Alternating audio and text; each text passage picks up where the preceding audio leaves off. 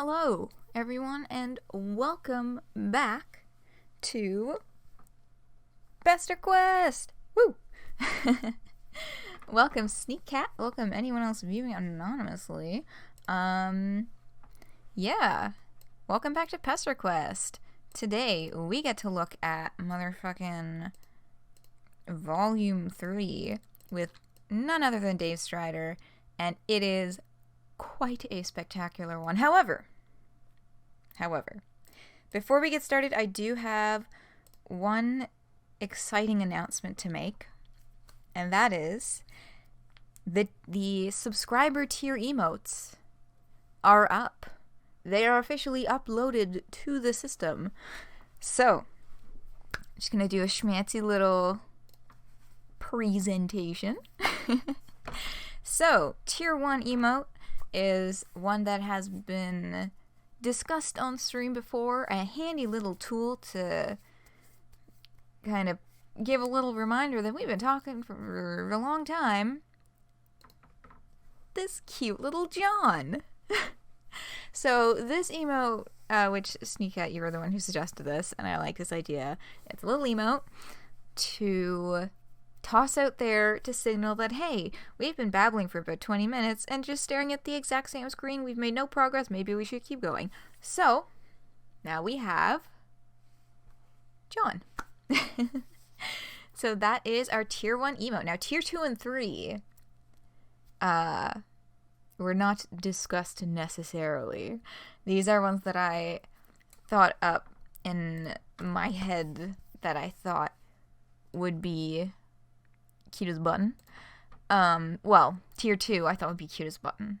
And it is this lovely little Roxy. So tier 1 is the $5 tier and tier 2 is the $10 tier. I was just like, what would be a cute emote? You know who I fucking love? Roxy motherfucking Lalonde. She is like my favorite in the whole comic. I mean, tied with, like, Terrazina Radia and, like, a whole bunch of other people. But Roxy is just, like, a character who I loved from their introduction in the comic. Yeah. So I figure why not pick one of those cute little faces. And I love this one. It's so cute, and it looks really adorable when it's all weenie and shrunk down to fit in the little chat box. Because it's just got that little bean mouth. Ah, it's cute as hell. Okay. Now, tier 3. Tier 3 is the $25 tier. So I thought, you know what? This one's got to be special. And here's the thing. There was one character who was suggested. First thing, the moment I started talking about these emotes, this character was suggested, and I immediately said no. Fuck no. Y'all know how I feel about that. Not on my watch. However, you know, I've had a bit of a change of heart. So, for those of you who so eagerly suggested Vriska, if you want Vriska in this fucking chat, you're going to have to pay me $25 a month.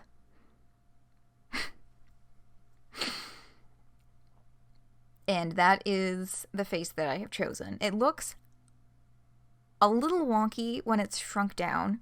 I'm still trying to fix it. I've worked with it, and like even this is not quite the original panel image. I had to make her hair smaller and make the pupils bigger.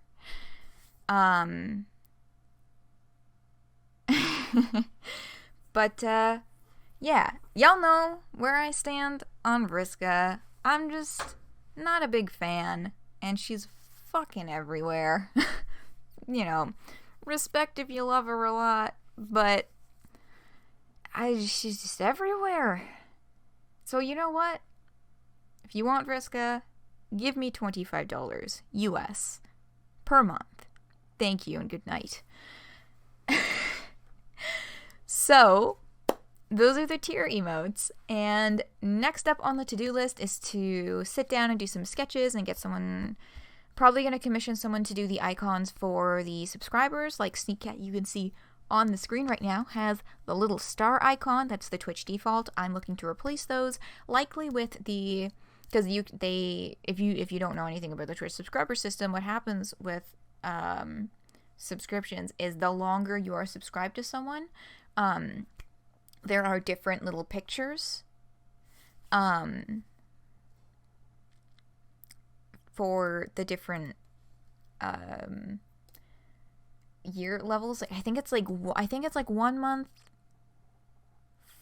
4 month, 6 month, 1 year or something that's available to me at the moment.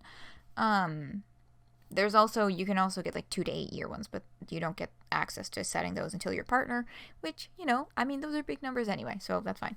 Gonna be a little seed. Yeah. I don't know if I'm gonna start with a seed or with like the just like the bud of the flower. But we'll see. I still have to work on those designs. Yeah, so that's what's up next. But I just thought that I would do this nice little unveiling because I'm very excited, and I'm very proud of my Photoshop skills, because these are not just like direct cut and paste. I had to do a lot of fussing to get the images to be clear and look okay in the smallest format and like still be visible and readable, so to speak. You all know what I mean. Yeah, so that's what's up with that. And now let's get on with the fucking game. That's what y'all are here for, right? Let's get Pesterquest open. Now, please tell me if you are not able to see the screen. Why is it not opening in full screen mode? Okay. Now it is in full screen mode. You should be able to see on screen the Pesterquest main menu. Please let me know if you are not seeing that, because that should be visible by now. Just gonna have some water.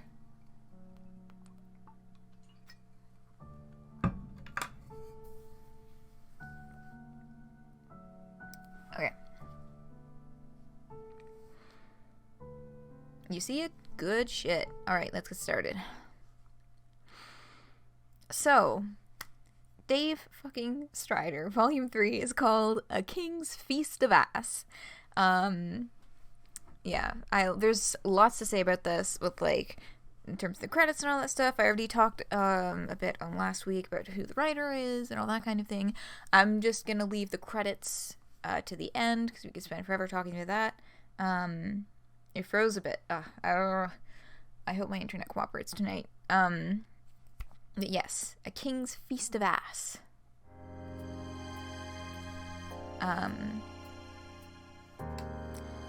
Actually, you know, I am going to talk a little bit about authorial stuff now, just because,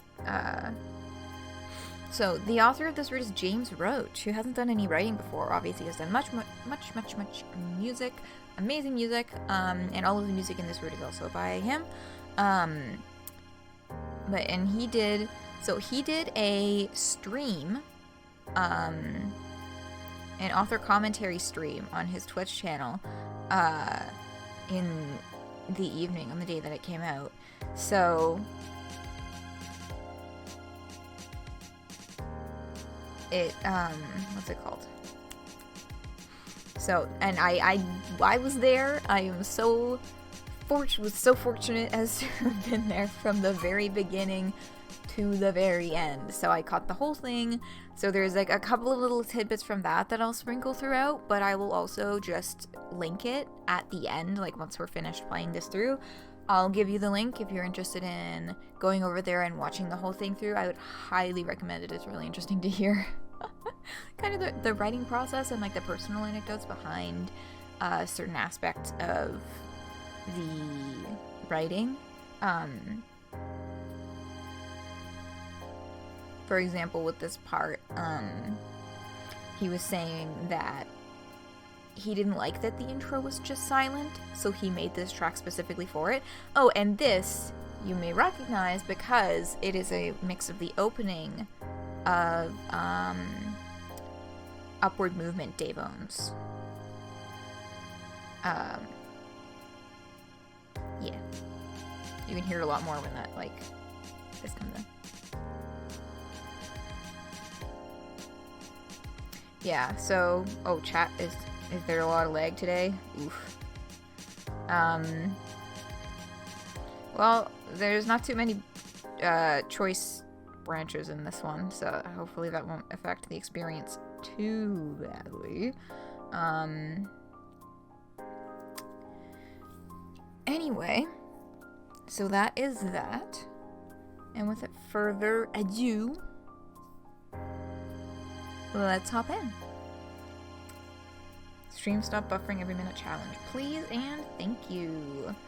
Internet, please.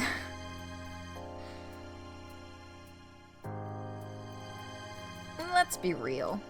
As much as you enjoy your new friends, they all seem a little lonely. Like, maybe they don't have any friends besides the ones they talk to online. Is online friendship a reasonable alternative to a more traditional face-to-face friendship? Are relationships, and dare you say families, that you choose not just as important, if not more so, than those you are able to touch and feel? Damn, maybe being a little too real. You decide not to think about it too hard. But if you're being honest with yourself, maybe you aren't terribly interested in the greater context of found family and interpersonal relationships in the instant message era. You've got a fever. And the only cure for this disease, called friendship, is to mildly inconvenience a few teenagers. As much of a delight as it's been to make a young boy face his existential future, rob a woman of her booze stash, and then self-reflect about the value of contextual relationships, it's all felt a little heavy-handed. What you need is an emotional palate cleanser. There are 2 kids left on this tour de force, and both sound like they'd make exquisite friends. Pretty sure it's supposed to be tour de force, and it's like a play on words. Or maybe it actually is tour de force. I don't fucking speak French. Time to go full-on easy mode here. You've heard so much about this guy, you feel like you've got this one in the goddamn bag. Yeah, Dave, easy mode? Okay. With confidence, you zap yourself onwards.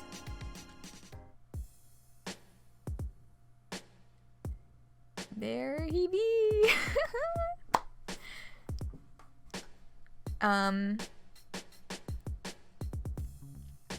And I'm pretty sure, oh god, might be getting this mixed up. There's one other song in this,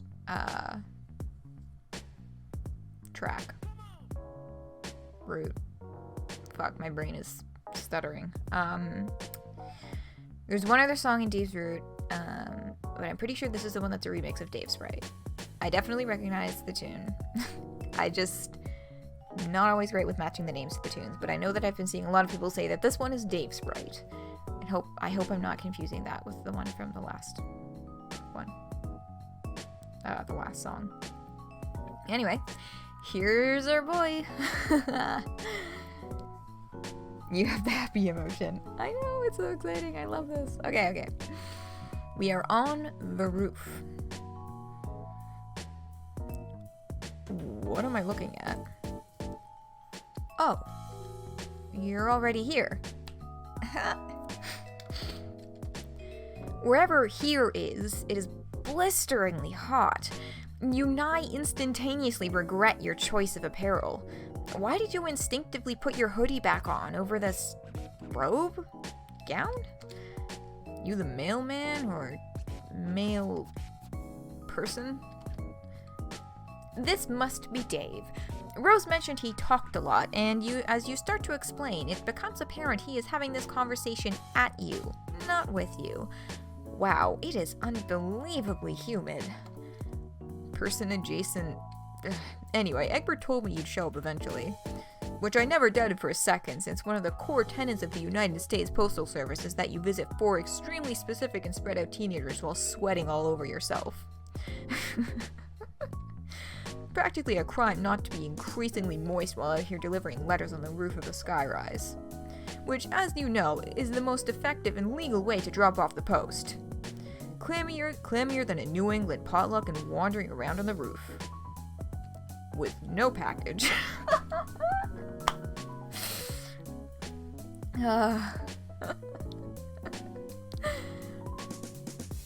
It is actually really cool how much this kid seems to talk at you, but you are barely listening. Has the sun always been that red? Has the sky always been that wavy? Person adjacent? I know, I love all of the great variety of descriptions we've been given of MSPA Reader so far, and like none of them have confirmed him to be anything close to human. Are you alright? You are hardly alright. You tug at the collar of your soggy mess of a hoodie. This is an overwhelming, oppressive heat. An almost impenetrable air fills your lungs as you try and take a series of shallower and shallower breaths. The world fades to white. When you wake up, you're sitting propped up on a cheap futon in front of a large television. A rough approximation of a person does an elaborate series of controlled falls culminating in what you can only describe as skateboarding for assholes. On your left, Dave exists in a quantum state that is both somehow sitting and laying down, but also neither. Which is the... Oh, what the fuck do people call it? The traditional bisexual sitting stance? Something like that. I'm fucking up these words, but y'all know what I mean, right? Can't sit straight. With the precision of a Swiss watchmaker, he deftly presses a series of buttons that makes the awful polygon man on the screen T-pose and fall face forward into the ground. So this, James was mentioning on stream, is specifically in reference to Skate 3 videos, where people would do ridiculous shit like this in Skate 3, the game. But again, I implore you to watch it. He explains this much better than I would. The way that they make this stuff happen. Because apparently it's one of those things that it's like they make it, like, in order to make it look so ridiculous, it requires the button precision of a fucking watchmaker, as mentioned here. Seconds later, his skateboard flops helplessly next to him. He doesn't look away from the screen as he speaks. So, I guess you lived. It's not that I'm invested, but John might be sad. Classic John. You try to emulate his incredibly casual body language as you slide your body down the futon. Your legs already barely reach the ground. Yeah, that guy's a dork, but I taught him everything he knows. You ask him if he taught him how to be a dork. You affect a completely uninterested face, as though the sickness of your third-degree burn is not the single most exciting moment of your entire life. I fucking love this burn. I love this fucking joke so much. Dave's just getting all cocky, like, I taught him everything he knows. Fucking dork. MSPA readers like, did you teach him how to be a dork? Oh, cue the fucking... What's that fucking sound effect? The horns. Ugh. God damn. Also, Gog. Like, that's such a classic Homestuck thing, but it also, there's just like a little gremlin at the back of my brain grumbling because I'm pretty sure that Gog was not a thing at this point and was not an inside joke until after many conversations with Terzi that happened inside of the game. But that's just the gremlin in my brain.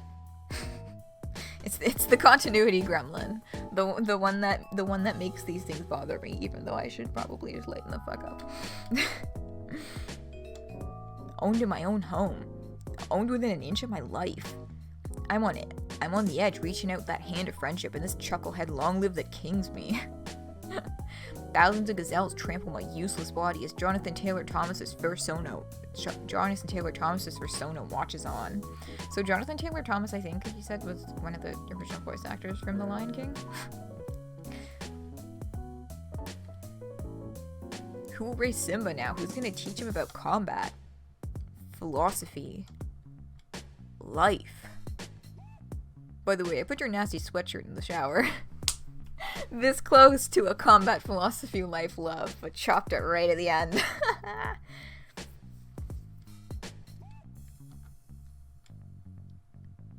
Right, yeah, let's just say timeline fuckery. Yeah. Because I know that I've whined about similar timeline-y things, and Alex just been like, shut the fuck up, and I'm just like, you know what? No. Okay, so here's our first choice. We're gonna get the shorter and the quick end out of the way first.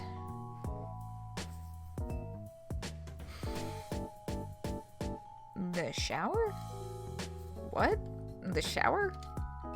Yeah, it smelled, so I tossed it in there. Ran the hot water. You can thank me later. Won't someone need that? You don't want to put anyone out.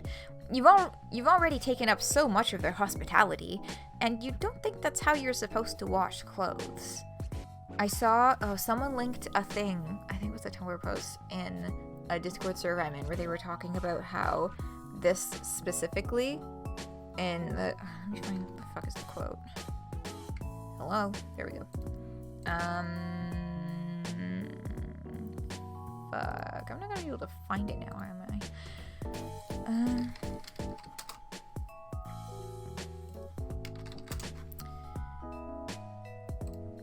Right, okay, good, I did find the page. Here, let me get this open in the web browser. Here we go.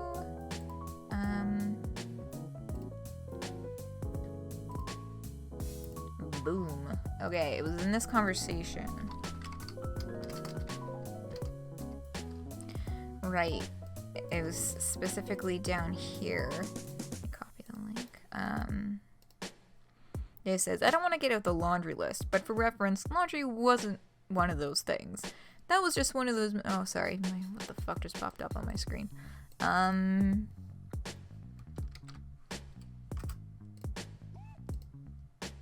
There we go. But yeah, we've got this.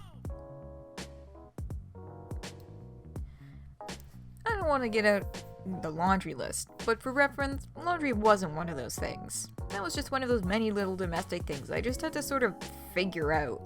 Sort of like I eventually had to learn what the real purpose of a refrigerator was for movies. So, like, oof. Yeah, so that's a hard hitter. So this is like,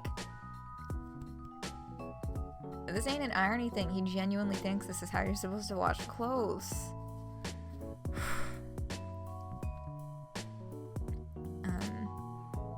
Nah, my bro's out for a while. It happens sometimes.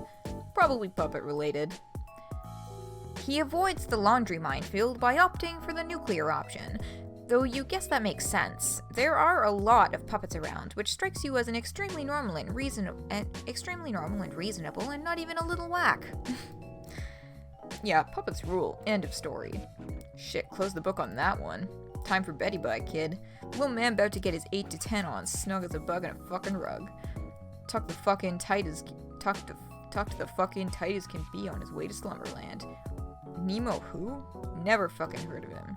Shit, hold on. Mid-rant, he whips his fucking phone out. He sits up to fish something out of his pocket. Ah, a phone.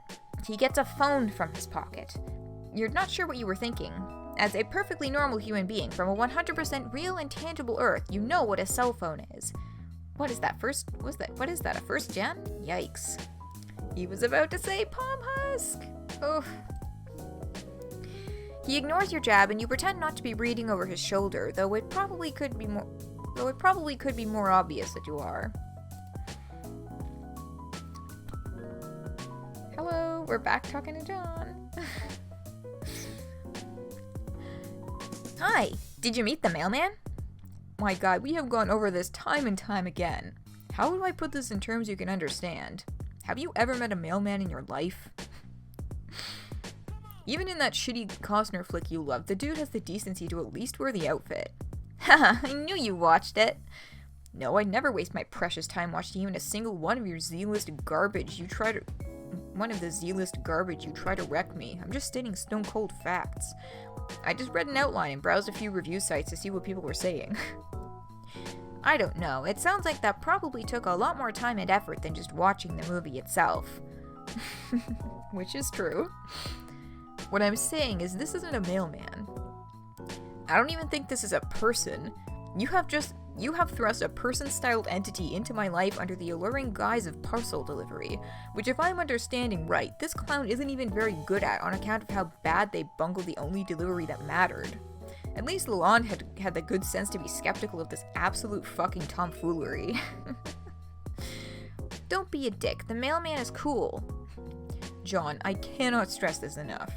You wouldn't know cool if it bit you right in the ass. Can you imagine? No. The dopest person you ever met chomping away, just really getting up in there, ice cold and ear deep in a king's feast of ass. What the hell are you talking about? Try to keep up, Egbert. This will be on the quiz. And scene. He looks uncharacteristically startled as he glances back in your direction to find you only a few inches away, adamantly reading his private conversation with a friend. Jesus Christ, you're like a cat. How much of that did you see? You definitely didn't see him having a playfully flirtatious chat with a longtime friend, if that's what he's asking you. Dave desperately tries to refocus on his game hijinks. He makes his character, who you can see he has named Tony Cock, do what could be described as some insane flips and shit. Masterful. There's nothing at all flirtatious about. Sorry, I was trying to get through the whole thing without laughing, but I just like. Okay. There's nothing at all flirtatious about two bros discussing eating ass. God fucking damn it. Okay, Dave. Just being straight as two arrows who are also straight. I mean, how would that even work? It wouldn't, that's how. That's all there is to say about that. And of course, whenever Dave says that's all there is to say on the matter, that is absolutely not all there is to say on the matter. There is a lot left to say. You reassure him that it is okay to be honest about his feelings. You're not here to judge him. John seems very nice. They would be cute together. Together? Like how? No, don't tell me. I actually don't even give a single shit about this line of thought. You might not have picked this up, but I'm definitely 100% not a homosexual. God. Pretty much crawling in moist, voluptuous hose on the regular. What a way to fucking describe that. Jesus. Wait, hoes are real? Hell yeah, hoes are real. And they're damp? Shit, it's like I gotta start at square one with this hapless asshole. What school do you go to?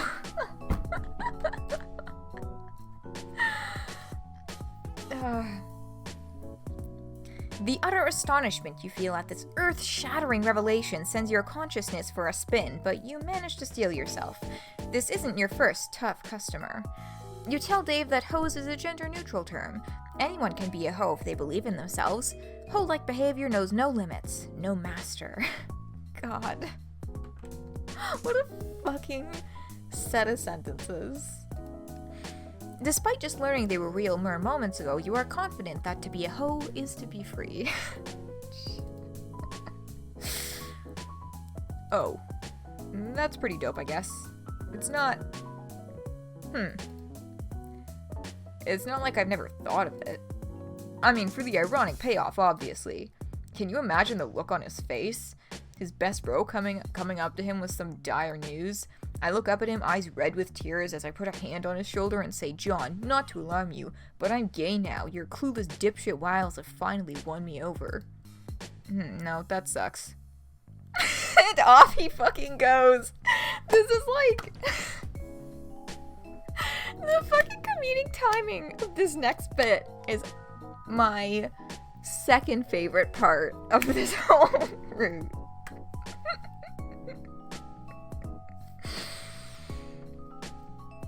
His speech becomes even quicker than normal as he stands and paces frantically around the apartment, completely abandoning his poor Tony. I mean, and this is purely hypothetical, if I liked anyone, which I don't on account of being too fucking smooth to tie myself down, it would probably be another one of my friends. You don't know her, she's not from around here. So that basically means I can't have a thing for John. God, this is my fucking heart. This just never gets old. This is my third time now going over this since it came out on Wednesday, and it's just like, it just hits me right in the fucking heart. James Roach promised to feed the John Dave troops in 2019, and he fucking made good on his promise. You wouldn't know her, she's not from around here. I've seen that both interpreted as the joke of like, oh yes, my girlfriend who lives in Canada, who you would not know, who doesn't actually exist, or to be referring to Jade.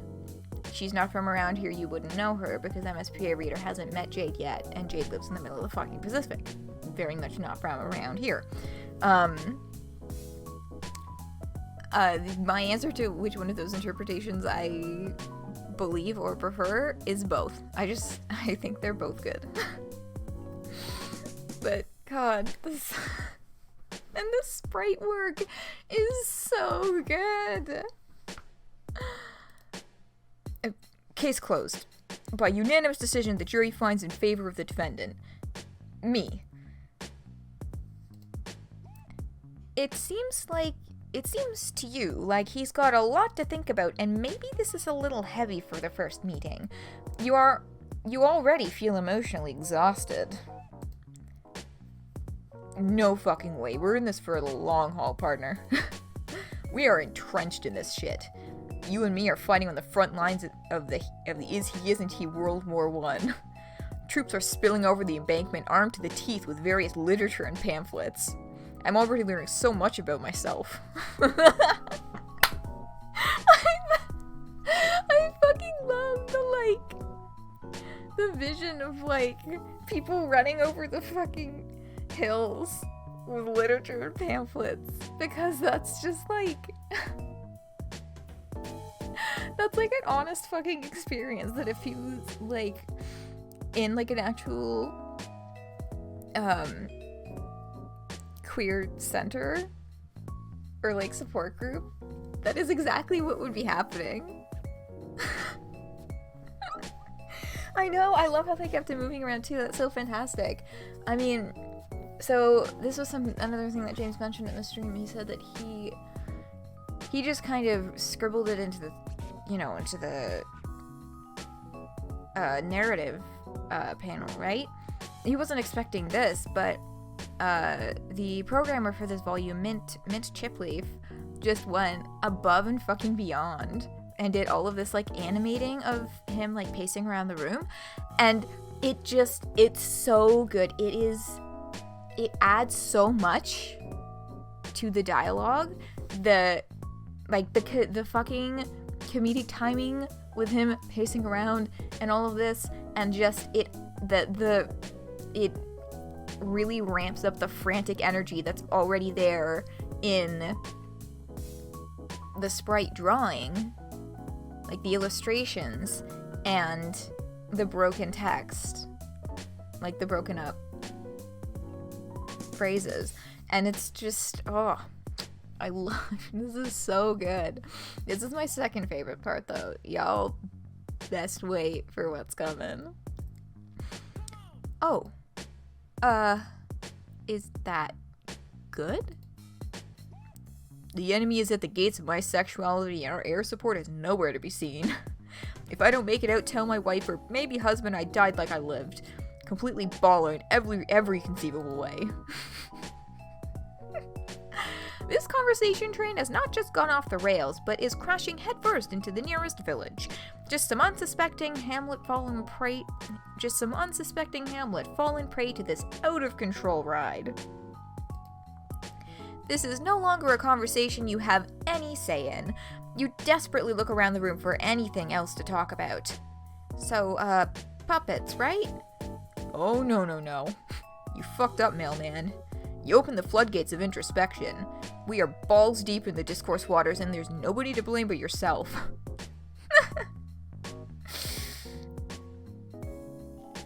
He stops pacing to look contemplative. His voice lowers to a mumble. Is he still talking to you? Does he still want to talk about this or not? It is nearly impossible to tell. Okay, now hear me out. Do I have to come up with a gay name now, or can I still be Dave? I'm thinking Gabe, but let's not kid ourselves. That's the amateur choice. Obviously, my full title would be Gabe Strider Dick Rider. God.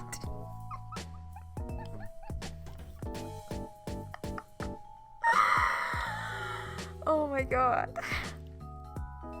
This, absolutely fucking legendary indeed. Okay, that's enough. There has got to be a better way than this. You are so tired. And at that, we abscond. Slow fucking clap for just all of that. I adore just everything about that ending. I mean, yeah, except for the part where we just ditch him while he's having a fucking crisis.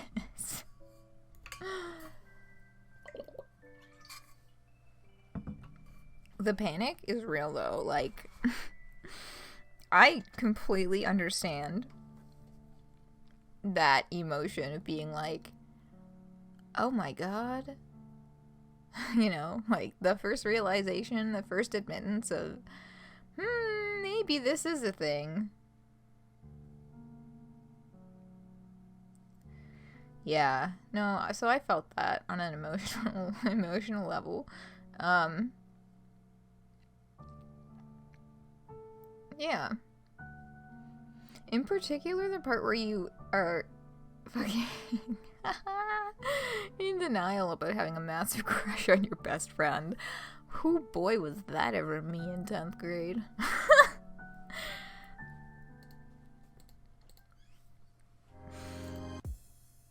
Okay. So, you can't stop smiling. I know, I loved that so much. Okay, I'm gonna have a sip of water, and now we're gonna keep reading up until we get to the second set of choices.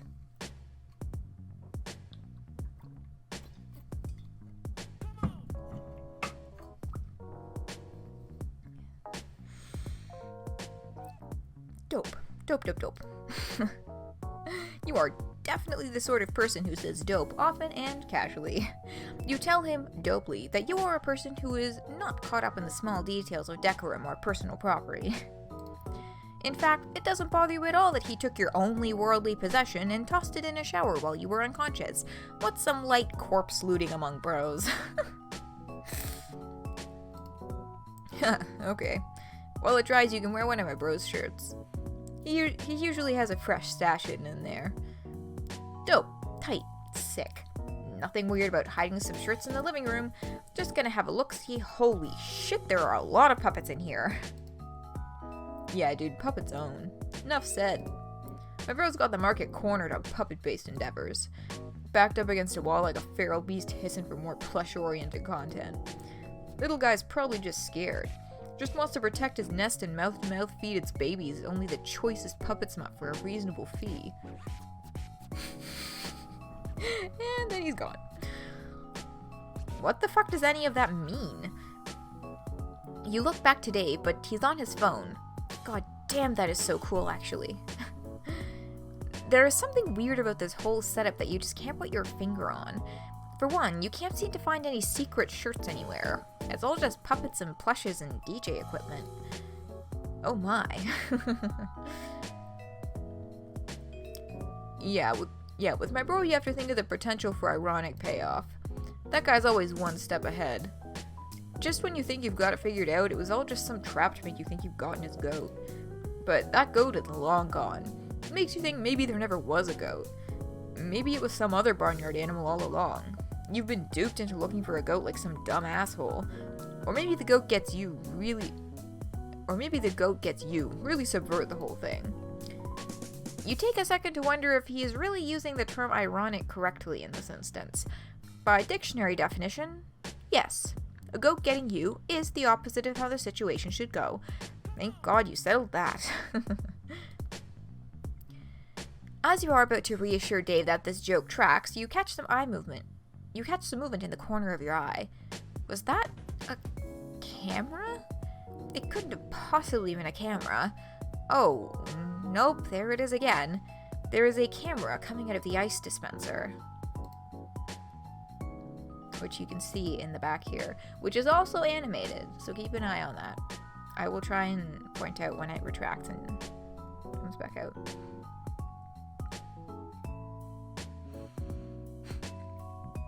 It whirs softly as you approach, its mechanical eye trained on you. How long has this thing been watching? Is this Dave's? You lean in to take a closer look, but your foot catches on something. You fall flat on your face. Dave seems too engrossed in the conversation he's having on his phone to pay you much mind, occasionally mumbling something out loud a few times before presumably typing it out. You search for whatever it was that made you beef it so royally. You know, beef it, like fall down. That is a real phrase that humans say. A small tripwire stands taut a few inches off the ground. You must not have disturbed it enough to set off whatever contraption it's attached to, apparently. Oh yeah, sometimes they're more of a psych out.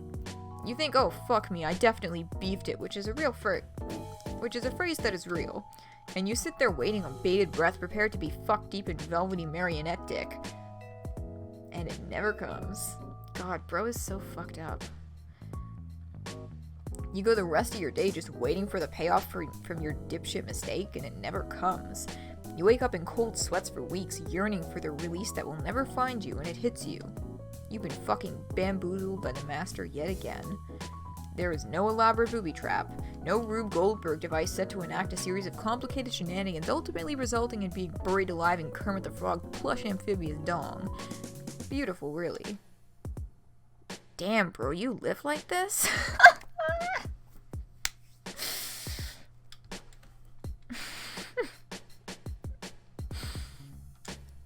I mean, yeah, I guess. Keeps me on my toes.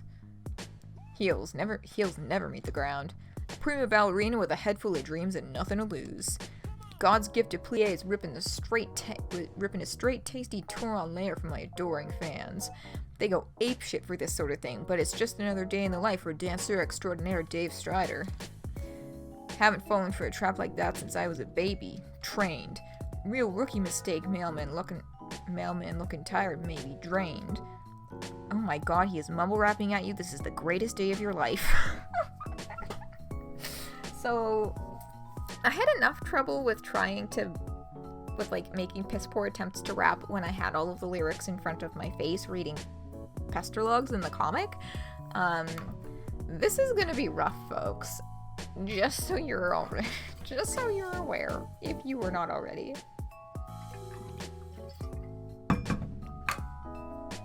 Okay. God. Whoa! Fuck! I accidentally clicked on the skip button instead of just clicking to advance the text.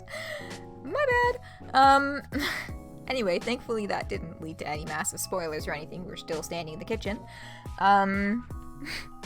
Alright. Take 2. Let's try that again.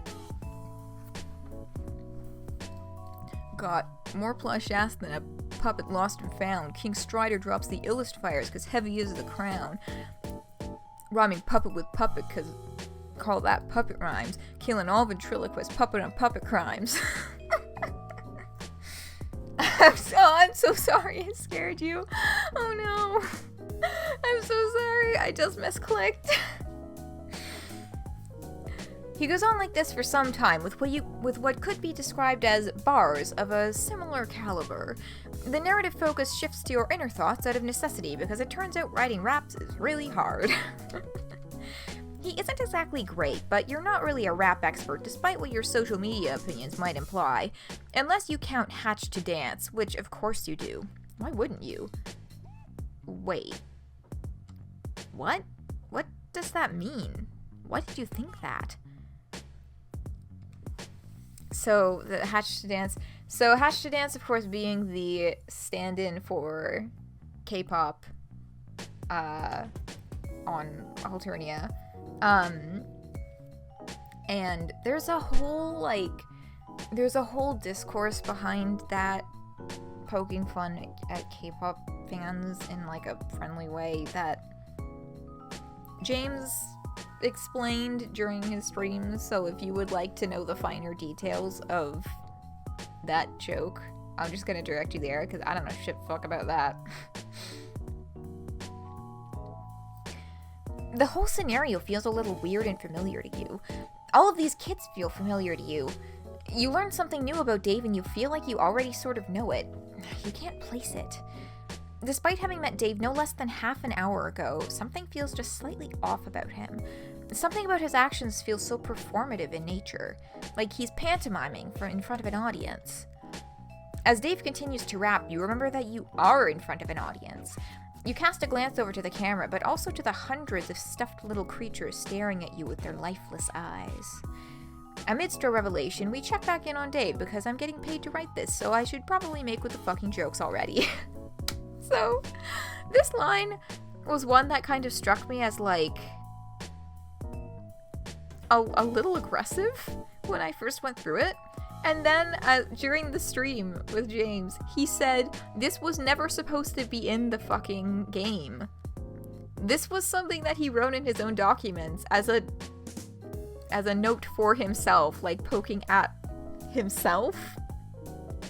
And he forgot to take it out, and nobody fucking questioned it. They just fucking put it in anyway. So this line was technically not supposed to be here at all. Which makes me feel a little better with the fact that it is here, because I feel like of all the, like, breaking the fourth wall jokes, this one is, a little harsher. And now I'm like, oh, okay, this was just his note to self that accidentally ended up in this, which makes me feel a little bit better about it.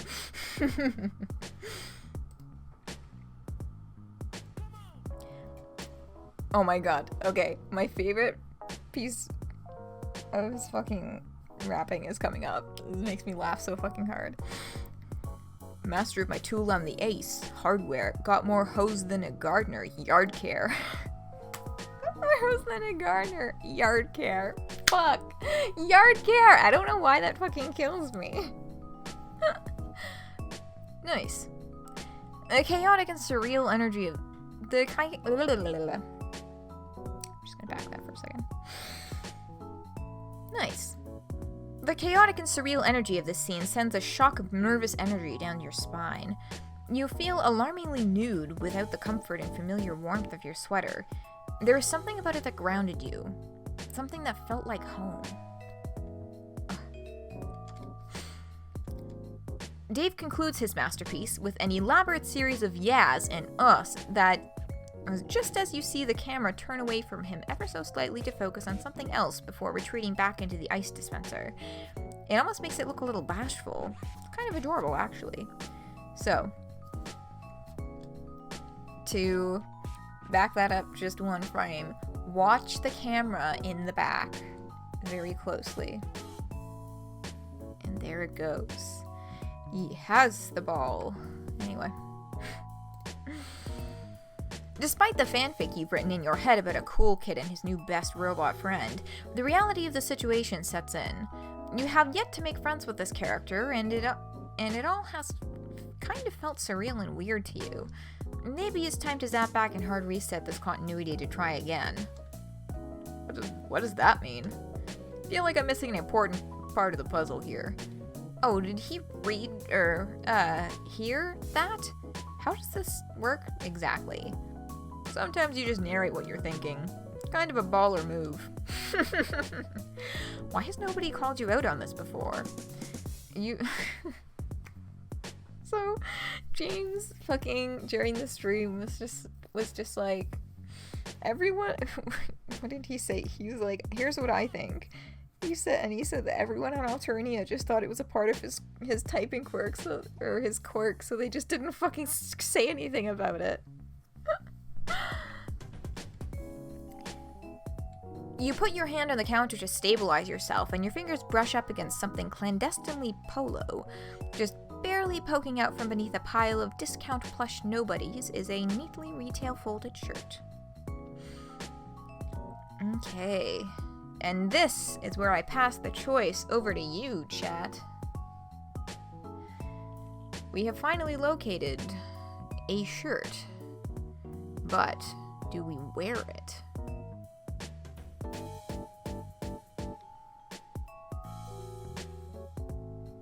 That is the question. Now, if you will give me 1 second, I will be back in 1 minute. I just need to grab a tissue. There's apparently no more in my box, and there's a spider. So I'm just gonna take care of that.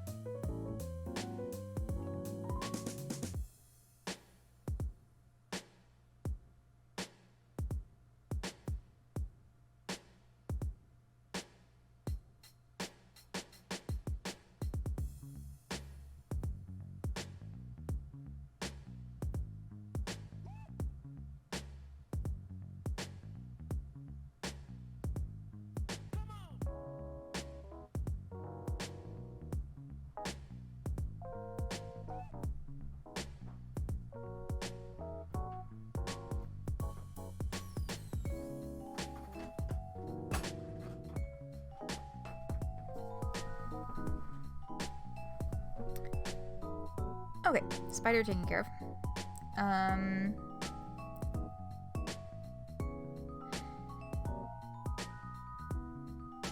Yours relying on other people. Roll a die?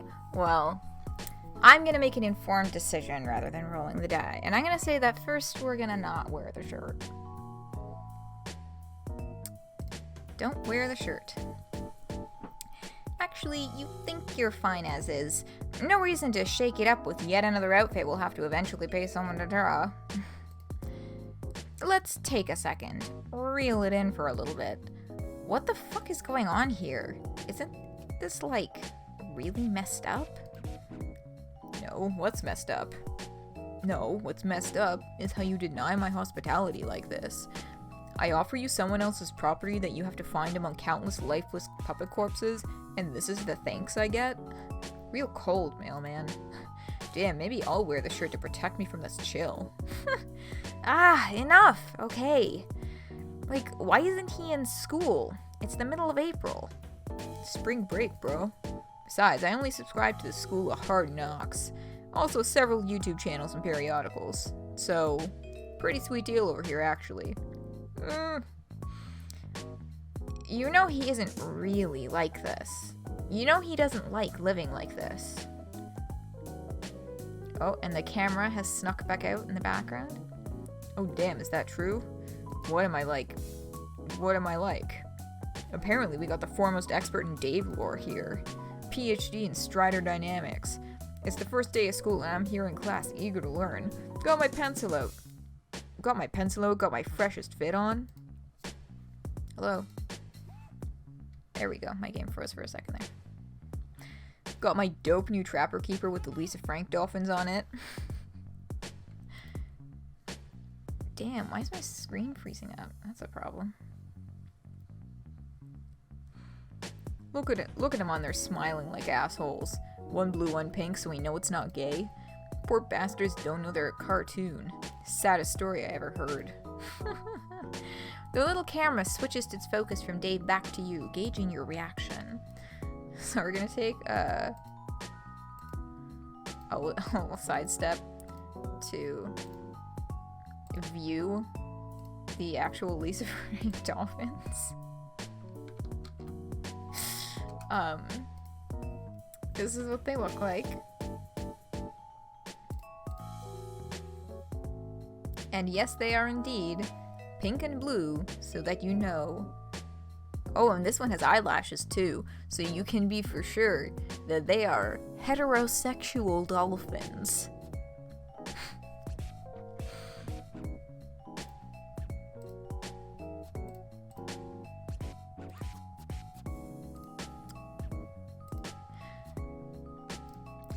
Ignoring it, you assert that you aren't trying to say you know him, just that what? Okay, clearly you struck some sort of nerve here, but no, we're good. Tell me more about my situation. You really have been spending time with Rose, haven't you? Got me all figured out. Don't worry if you gotta look at the Wikipedia article for abandonment issues or whatever, I can wait. Oof. Despite how flat his voice is coming out, his body language has made a telltale shift. He's standing leaned up against the back of the futon. His hands are in his pockets. It would almost seem like he was sulking if you weren't so convinced he wanted to kick your ass. Did y'all catch that? At the edge of your vision, you sense some movement. You didn't catch it exactly, but you're convinced it was there. You look over there and there's nothing to be seen. Perhaps another hidden camera? There's something unsettling about being watched this whole time. Oh. See it that time? There it is again! Every now and then your eyes catch the faintest presence of something moving just out of sight. The whole place feels like it's faintly shifting around. Amid scanning the room, a particularly fucked up looking puppet catches your attention. Little cow, there he is. These little shits are everywhere, but this awful little man's stare stops your heart for just a moment. Its cold eyes pierce you. Its plastered smile judges you. You look at it as briefly as possible, if for no other reason than to note how unsettling it is before looking back to Dave. What the fuck? What? Oh, that's just Cal. Cal's a realist. He certainly seems real to you. You could have sworn he just moved around on his own. Yeah, man, he does that. Don't think about it too hard. See, this is what you mean. It's not that deep. Look, I know you got some hero complex or something, gonna swoop in and save these kids from themselves. Well, bad news, kid. That's not what this is, and heroes aren't real. John, I understand, but fooling Rose too? The insane tricks this guy must have pulled. That whole heroes aren't real thing, referencing his whole Dave's conversation with Terzi in the medium, where he's like, Bro's a hero, John's a hero, I'm not a hero. And have Bro just completely fucked up the idea of heroism for him, because Bro's a hero, and Dave does not want to be like Bro. Speaking of which, Cal's moving around, so Cal does not actually move entirely on his own. Cal moving around always is an indicator of Bro's presence. At least within the apartment. I'm trying to think about...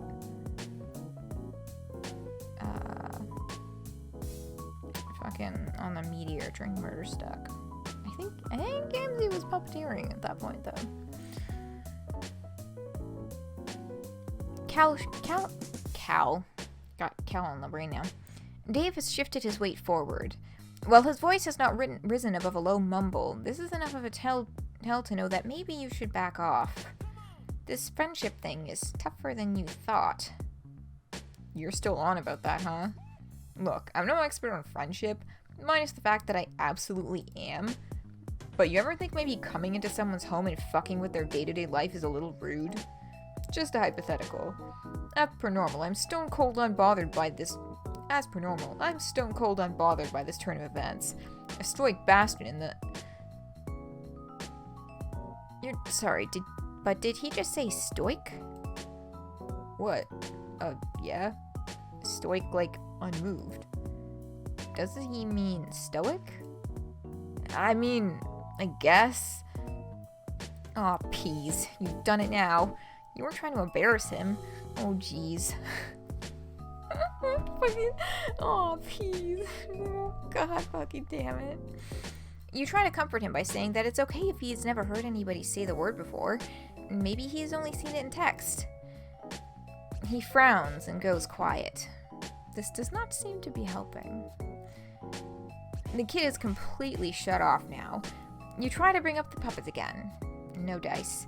You even try to pretend to be super jazzed about Cal, or whatever its name was, seemingly shadow-stepping around the apartment. Wow, so cool. Nothing. Dave takes out his phone and begins texting. Ah, is that about you? Ah, is that about you? Oh, beans, is he telling your new friends how much you beefed it? This could ruin everything. Desperate times call for desperate measures, and this is the most desperate time you can recall. A friendship is on the line. Cal continues to phase in and out like a poorly animated anime character moving so fast you can't keep up. You take a few steps towards Dave. You've got to get him out of there, and you know just where to take him. About half a second into your stealth mission, you clumsily step on a puppet and it makes a pathetic squeak. Dave stops for a second, but after a few moments returns to texting at the speed of sound to whoever it is on the other end. Cheese and crackers, you can hear the notification sounds popping off. Whoever it is responding back. You can't waste any more time. You teleport to him as silent as you can. Beside you, Cal's disgusting limp body flops haphazardly on top of a shelf. Guess he's done? No time for this. You slowly reach out your hand. Time to get out of here and fix this. A large adult hand grabs you by the wrist. You turn to see it belongs to a muscular man in pointy sunglasses who you wouldn't exactly describe as a twink, and not exactly a hunk, but most certainly not a bear either. In fact, why don't we talk about this for several hours? Oh, shit! Before you can begin your extremely important debate, you are flung unceremoniously out of a high-rise apartment complex window.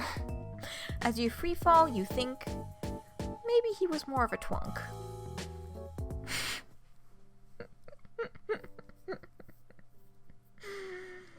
Mm-hmm.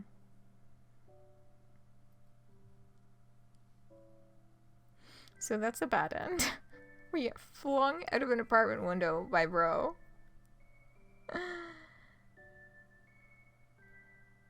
Let's just want to take a second to take in, like, the face that MSPA reader is making in the fucking thought bubble.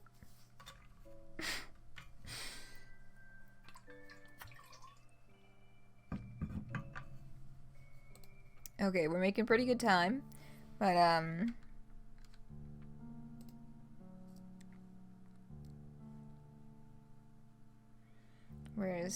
we go.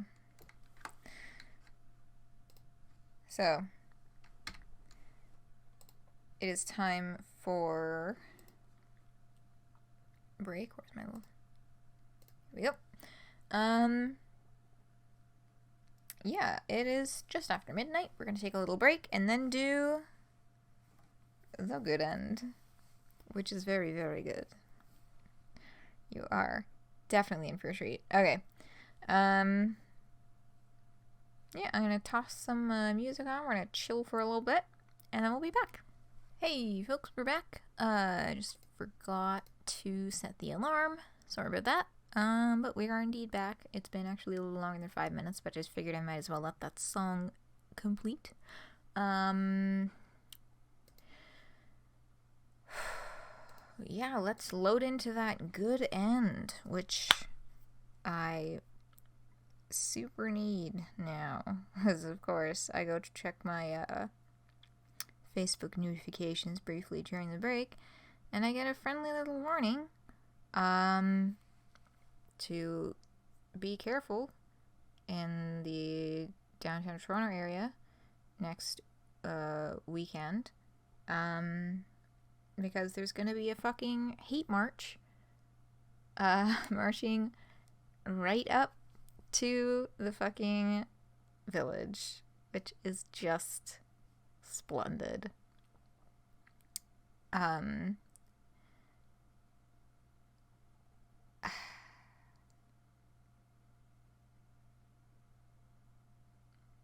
Yeah. Oh, God. I almost wish I hadn't seen it, because now I'm coming back to this, and I'm like, damn, the fuck, man.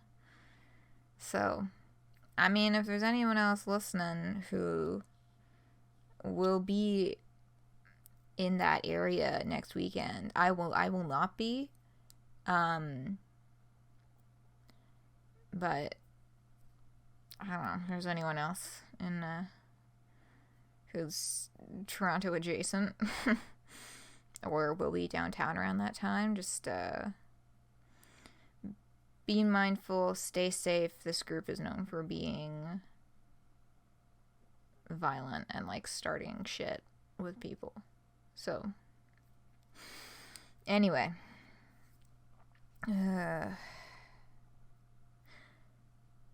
the ending of this good route is my favorite thing in this whole volume. So hopefully that'll put the pep back in my step, and it'll put a little extra pep in all y'all's days. Wear the shirt. Obviously, you are going to put the shirt on. You don't want to be the only one not wearing a cool shirt. Do you need some privacy? I'm not sure where one layer of you ends and the other begins. Doubt the audience cares. What? Oh, you guess being on camera like this is kind of fucking whack, you say, so pointedly your sprite even shows up on screen for a second. Yeah, that's right. We went all out for this one. I love this sprite so much. I gotta find the actual file for it, because for whatever reason, I have not been able to find the specific sprite posted on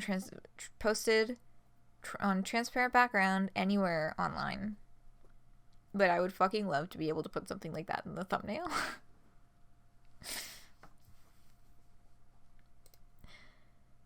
You were wondering if there was a place here that wasn't under constant surveillance. Like, how does this kid take a shit in peace? You know everyone's thinking it. Dope line of questioning that I'm sure the public at large is eager to know the answer to, but my room isn't wired up, no. About to get you fired up, though. Menageries multiplying with the maybe not this second. Alright, damn. You accompany Dave down the hallway to his room. You hear the showers on as you pass the bathroom and peek in to see your hoodie and nice gown on the tile being uselessly wetted by a low-pressure stream. You're welcome, by the way. Dave motions you to go in first, giving you the privacy you need to change into an extremely starched polo shirt and nothing else. This collar will not go down. This is absolutely what someone in 2009 would think is fresh as hell. Oh yes, popped collars were quite the thing back in the day. You look around the room for a bit. There are so many things in here. This would be a 13-year-old's wet dream, but to you it just seems a little much. It feels like this is a bunch of things someone thinks they should like. Let the fan art reflect that you've put on the shirt at this point. There isn't a mirror in here, but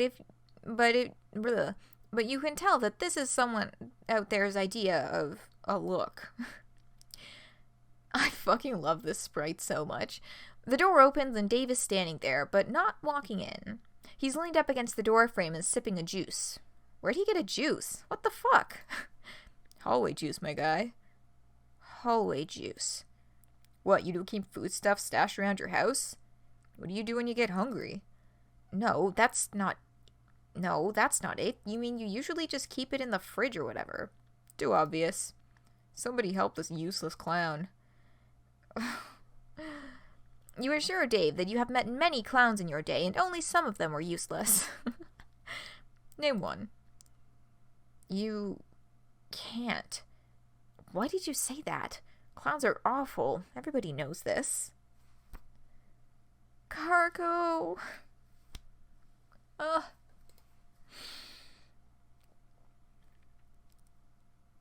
I mean, when I think of clown who is not useless, my first thought is Cargo, because I love that little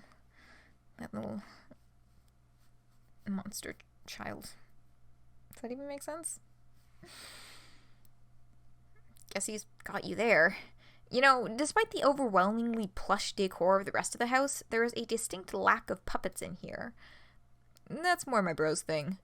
Not that they aren't deliriously sick. Just a whole hospital ward full of the illest children you've ever seen. Each one more up to pup than the last. Up to pup? Yeah, pup. Like puppets. You're gonna be honest. It doesn't really seem like his heart's in it. How do you mean? Well, it's just that he doesn't really seem to be all that into puppets.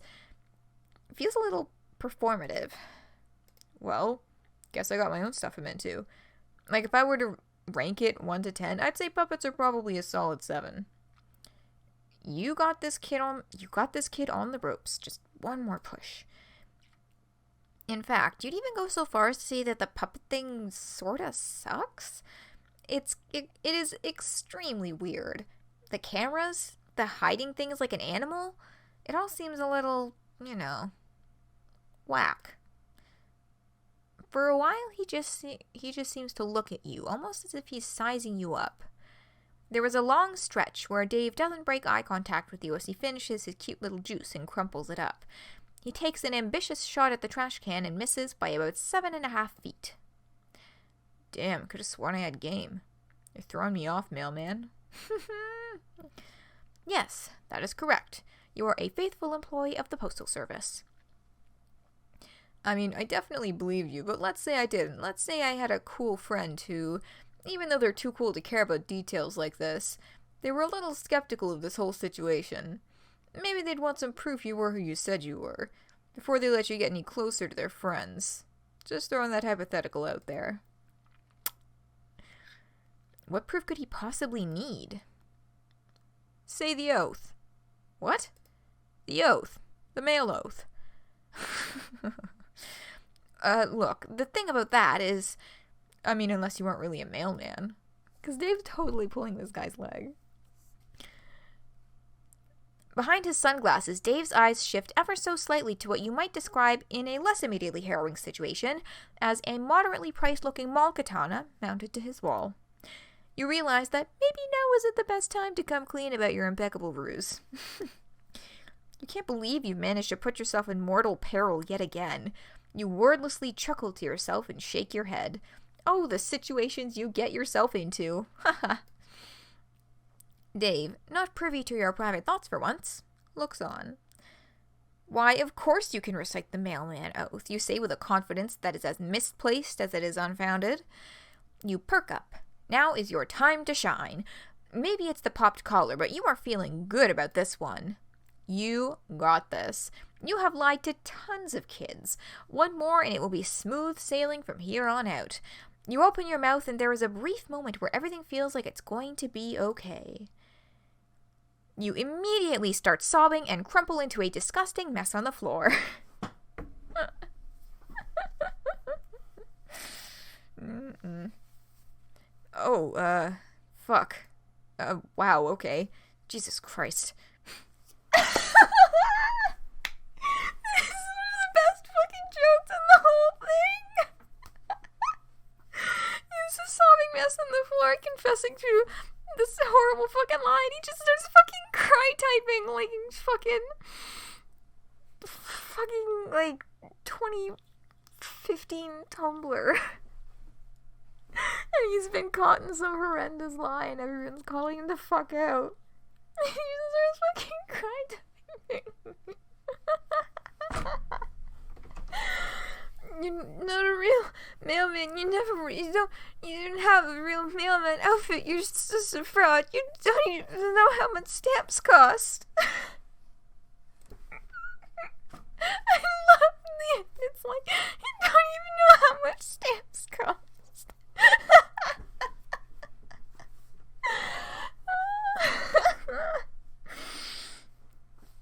Oh my god, Jesus! Just okay. It's gonna be all right there. Dave squats down next to your deflated body and pats you a little awkwardly on what he assumes is your shoulder. You say you're sorry you tricked him. You just wanted to impress him because John said he was so cool. It's fine, I guess. Fuck, dude. Get a hold of yourself. He tries to get up, but you are desperately clinging to his shirt, confessing everything. Confessing to made-up crimes you didn't even commit. Look, my guy, we all make mistakes. Please stop whatever this is. I'm pretty sure you are harmless. And I don't think you actually killed anyone with your ass, or were ever an accessory to burning down an alien mall, or whatever insane shit you just said. But it's true! Yeah, you got kind of caught up in the moment and just started saying made-up shit. No! MSPR must be protected at all costs. Agreed. You ask Dave if he's mad at you. Nah, dude. Get up. Dave helps you back up onto your feet. You come clean in an only slightly more controlled and dignified way this time. You explain how there are these huge gaps in your memory, and that you somehow ended up with these abilities that let you traverse space, time, and sometimes even reality itself. Dave doesn't say much for a change, and it doesn't seem like he's listening at first, but you think maybe he just has one of those faces. Let me get this straight. One day you just appeared in a suburb? No memories except that you have some mysterious teleportation power. You dig through some unsuspecting chump's mail looking for clues, and through some ridiculous universal happenstance you just so happen to stumble upon the most gullible fucking dork in the universe? Befriend him. Also, I'm there via text.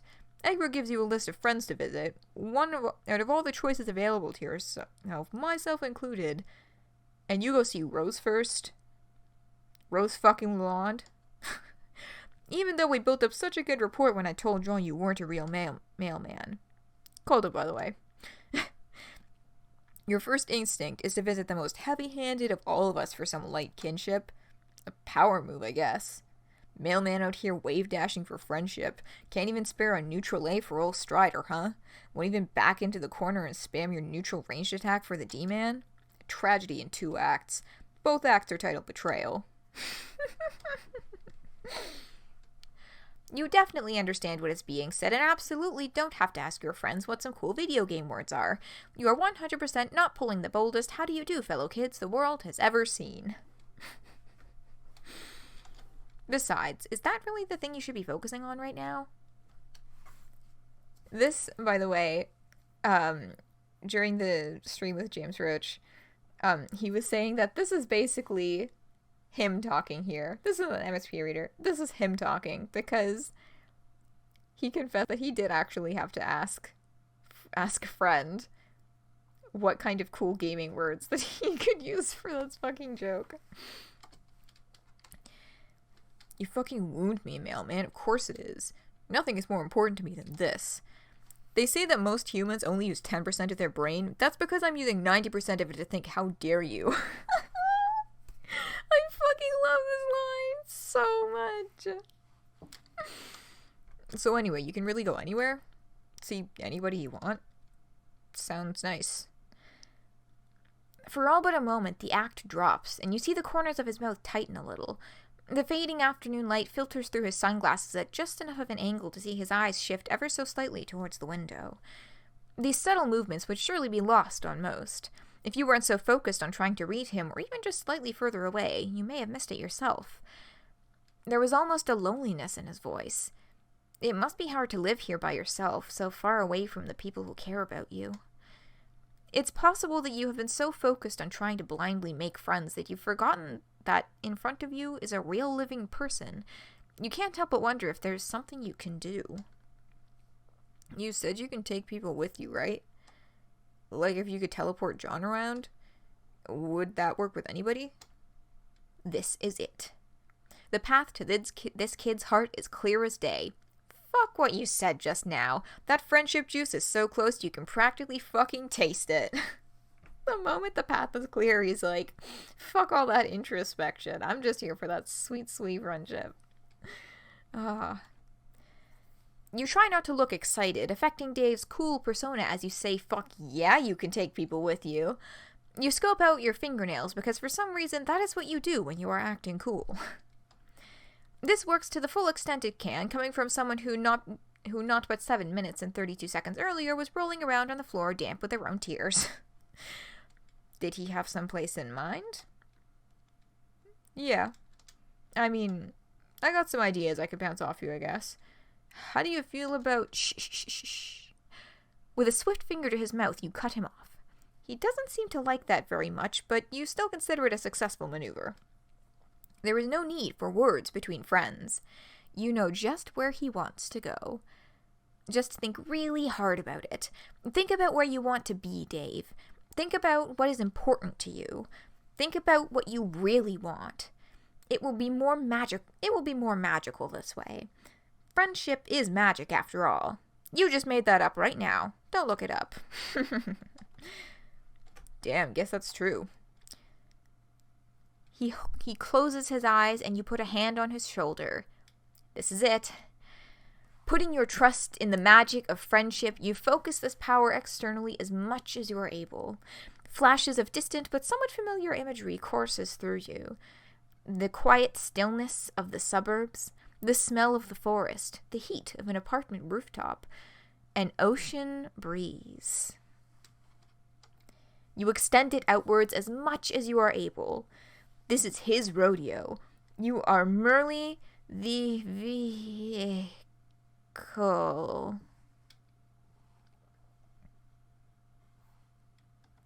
What the fuck? Oh, fuck yes. The two of you stand near a sign that says, "Please wait to be seated." A very cheery hostess has, oh no, I forgot to turn the music back on.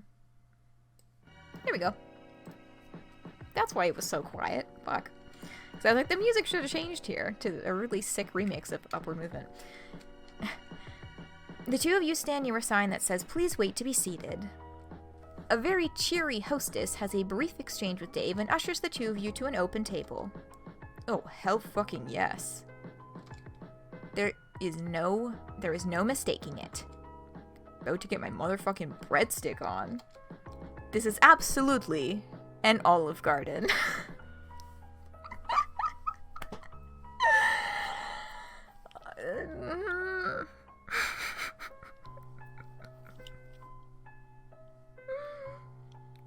So, we at the motherfucking Olive Garden with Dave now.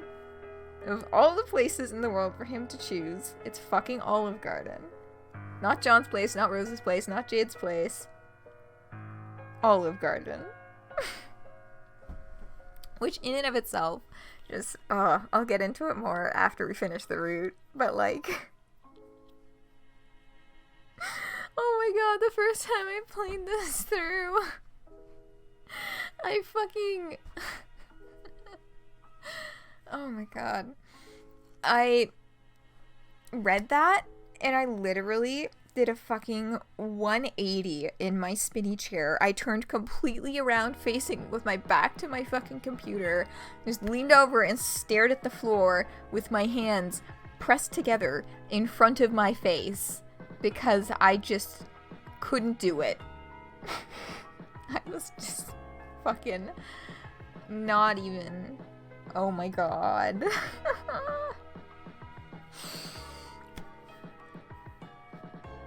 Okay. On another note, so as has kind of became a tradition throughout the Hive Swap Friend Sims, not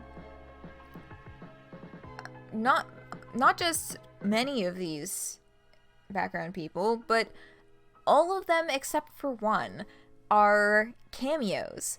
So let me flash up this here image. We're gonna transition over here, and this labeled image is being used with permission. It was made by Gecko, whose Twitter I will link in chat. This fellow. But yes, these are all of the cameos that are in the root. Yes, the burger's labeled. I'm gonna really... no, I'm gonna leave chat text up. So, actually, if I just move this so that it's, like, on top of everything. There we go. So chat's going to be off the screen just for a quick second so we can see the whole thing. From left to right. Optimistic duelist, of course, in the window. Aisha Yufera and her girlfriend Kat are sitting at the table having a lovely meal, while e-boy Andrew Hussey watches them from the window. Sitting at the table, leaning over his phone, James Roach, Trace Excalibur, aka David Turnbull. So, of course, Aisha being writer, James Roach doing music, Trace Excalibur does the programming for a number of volumes, Kate in the back, that's Kate Mitchell of the Perfectly Generic podcast, and Pip, who is also associated with Perfectly Generic podcast. Kate and Pip are both writing roots for Pesterquest, so I'm excited to see which ones they're coming up with. Let's see, Kim, that's Kim Quash, who has done art all through Hive Swap Friend Sim and is continuing, is also on the art team for Pesterquest. We'll take a look at the credits after. And sitting at the back table is Heather, Ostinato, and Zemag of the Vast Error team.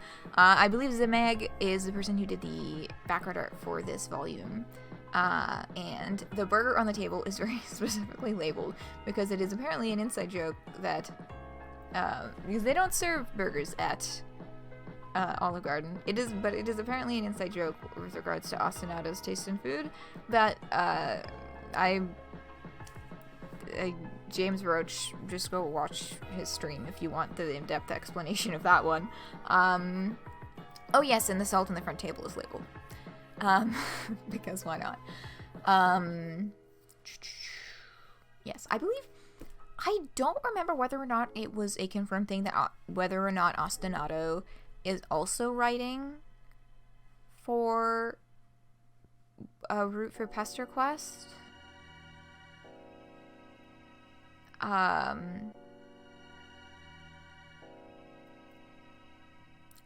can't remember. I read something like that somewhere, but I can't remember whether or not it was a joke. So do not quote me on that. But yeah, so that is that. That's your fun facts. And back to the story. Okay. Let's keep moving, because now we're in fucking Olive Garden. Fuck yeah, it is. When you're here, your family, dog. While you're still new to this, you can't really seem to detect any irony in his voice. You thought for sure he'd want to go see his friends. You thought you had him figured out. First and last mistake, mailman. But you'll learn. I'm a mystery. Got that history. Fuck with the plot by my flow so hot they leave you looking blistery. Racially ambiguous, my rhymes contiguous. At the OG with my homie, where the breadsticks are continuous. You know what? Fuck it. You just let him go for a while.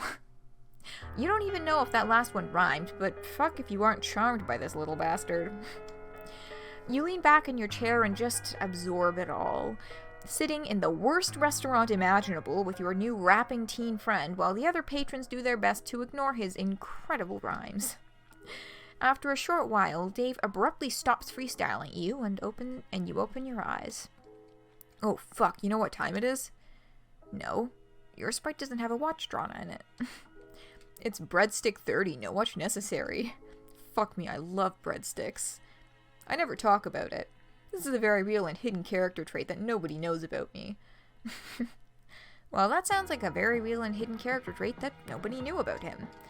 And we are certainly not finding this out now because of a series of seemingly unrelated events that possibly change the continuity of this universe, allowing these sorts of otherwise narratively unimportant traits to shine through. Wow, he is really going to town on those breadsticks. Maybe this is all friendship needs to be. Spending some quality face time with a solid bro and just absolutely decimating some bottomless breadsticks at a bad chain Italian restaurant. Maybe the real lesson here is friendship doesn't have to be a grand gesture or high adventure. Maybe the real friends, I understand you're having a moment, but I'm absolutely going to eat your breadsticks if you don't stop talking about what friendship means to you. Haha, yeah man, whatever you want. Get that bread, son. Oh, I love that so much. God. Yeah, but one thing I read in a conversation on Discord, and I was just like, oof, true, was he's just like, you know, part of the appeal of Olive Garden over the others is like, dang, like, how would you navigate socially showing up out of fucking nowhere at your friend's house, you know, all those awkward first time meeting in person type things, or Olive Garden, where there's unlimited breadsticks and there's all this free food, and Dave, who fucking has to hide food around the house, like, Olive Garden sounds pretty damn good. God, yeah, I didn't word that properly, they worded it much better, but, oh, my heart.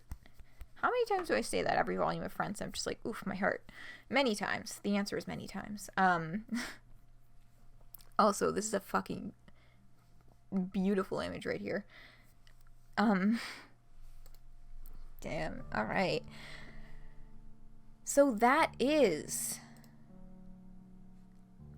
Volume 3, A King's Feast of Ass. Bread Gotten. You and Dave sampled ambrosia. It's from our Chumroll, and now let's hop over to the credits here. So, writers, James Roach, which I mentioned before, James Roach wrote Dave's.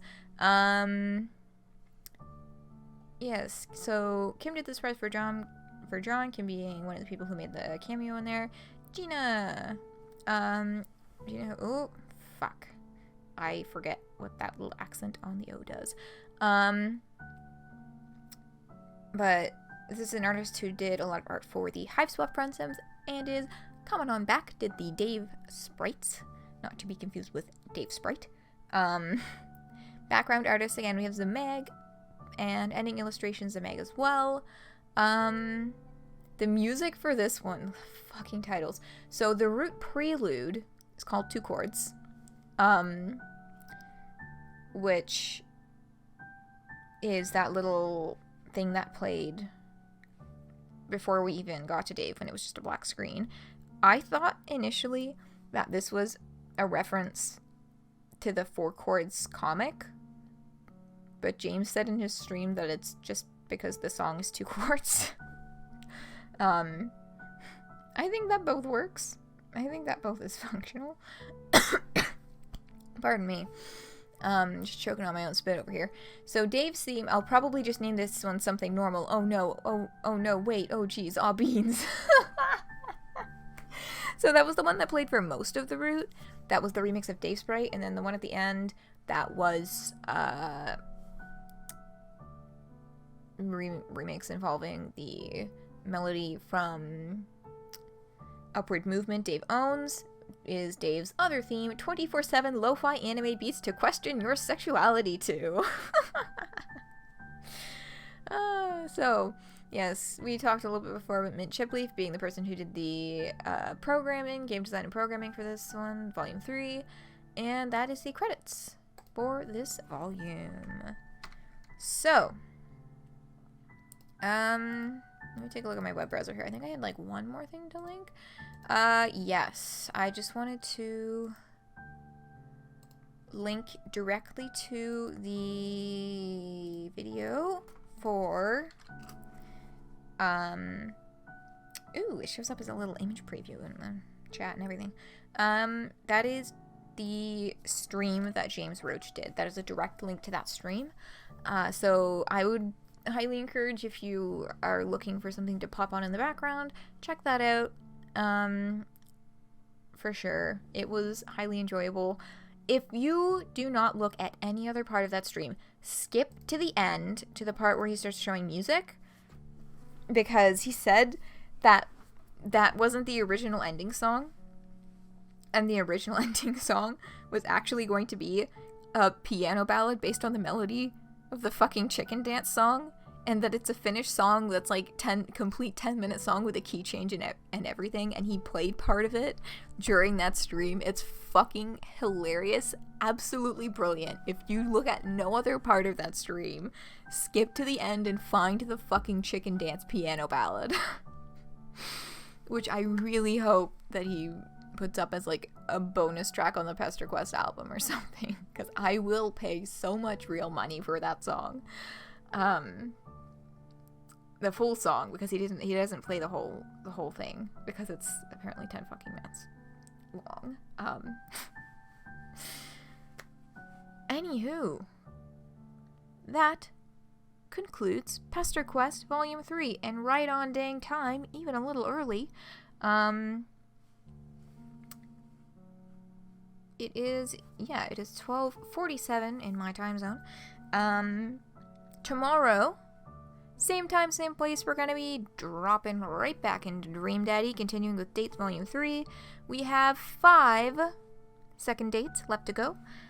So far we have gone on second dates with Matt and Damien. So, all of the other dads are fair game if you start thinking where you want to cast your vote as to which date we'd take a look at next.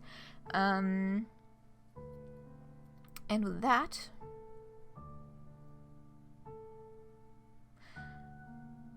that's all for today. Thank you all so much for joining me on this lovely adventure. Fingers crossed, I'll be seeing y'all right back here tomorrow for Dream Daddy. If you're not into the Dream Daddy scene, I'll be doing Pesterquest Volume 4 whenever that comes out. 99% sure that's going to be Jade Harley, and I'm so fucking pumped. And Jade Harley has been confirmed to be written by Trace Excalibur, aka David Turnbull, who is a major Jade fan, and I'm really, really excited to see that. I'm just very pumped. They seem to be giving the roots specifically to people who are very, very passionate about that character, like super passionate about them, and I love seeing that. I love the products that come out of it. Pesterquest has been really cool so far, and I'm really excited to see where the plot goes, because as soon as you meet Jade, then Jade is always the one that's kind of the odd one out in the patterns and who ramps the plot up, right? Because with Jade, we're going to see Beck, who has apparently been quote-unquote acting crazy. So we get to see just what the fuck is up with Beck. And from there, we may... Yeah, I don't know what to expect from Volume 5. Whether they would go to the trolls, or the alpha kids, or what. It's kind of wild card from there on out. Very excited to see where that goes, so that'll be in 2 weeks. But yes. This weekend, tomorrow, back to Dream Daddy. Okay. Gonna close things down for the night. Thanks so much for hanging out. I hope you had a lovely time. Hopefully, I will be seeing you all right back here tomorrow for Dream Daddy. Have a wonderful rest of your day, whatever you may be getting up to. And from my end of things, that is good night.